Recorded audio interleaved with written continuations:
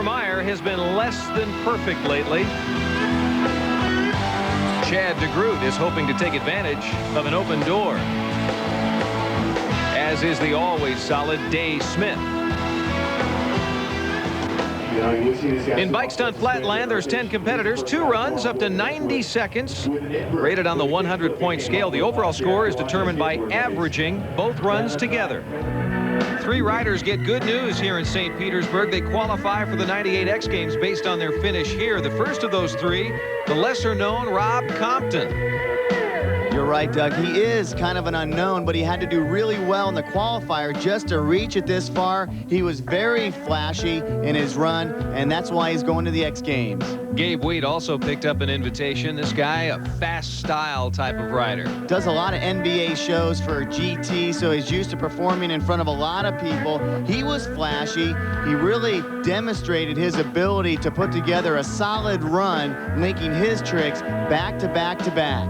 And Marty Kuopa is going to the X in San Diego, and here in St. Pete, he brought with him his big arsenal of tough tricks. Boy, this is one guy that the pros are really looking at right now because they highly respect what he is able to do. He rides by himself where he's from, and look how fast he can spin, and this is in slow motion. This guy can really light up the crowd.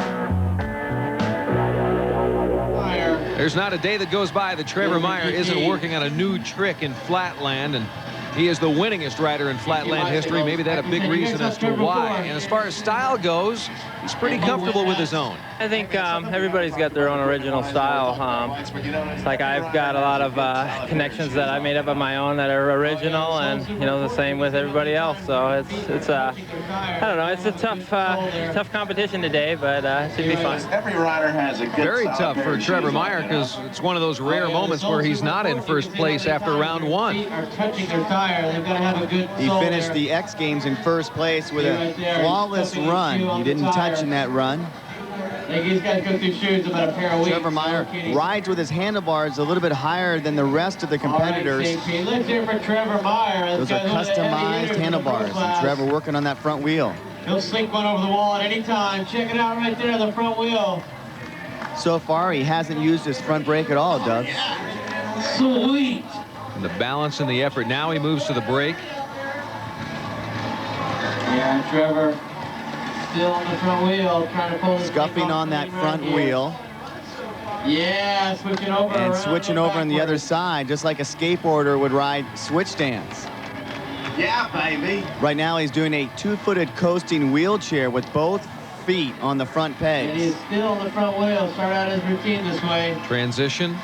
Scuff. Yeah. And now to the outside and back on top for a very short break for Trevor Meyer in the middle of his 90-second run, the second of 2. He had about 15 to 20 tricks in that particular link, and normally you get about 3 links in each session of riding. Yeah, this side scuffing on the back wheel and switching the bike around. Whoa. Doing inside scuffing circles, and then he switched the bike around. Yeah, Trevor. The real obvious part of all of this is to keep your feet off of the ground. So far, Trevor Meyer flawless on the pedals and the rest of the bike. And he landed solidly to finish up his run. Right there. Trevor Meyer coming back right here, scuffing on that right tire with the inside circles, and then he'll switch the bike around. An ambidextrous move by Trevor Meyer and a very solid run for him. Solid, but it's one of those rare days that Trevor will not finish first.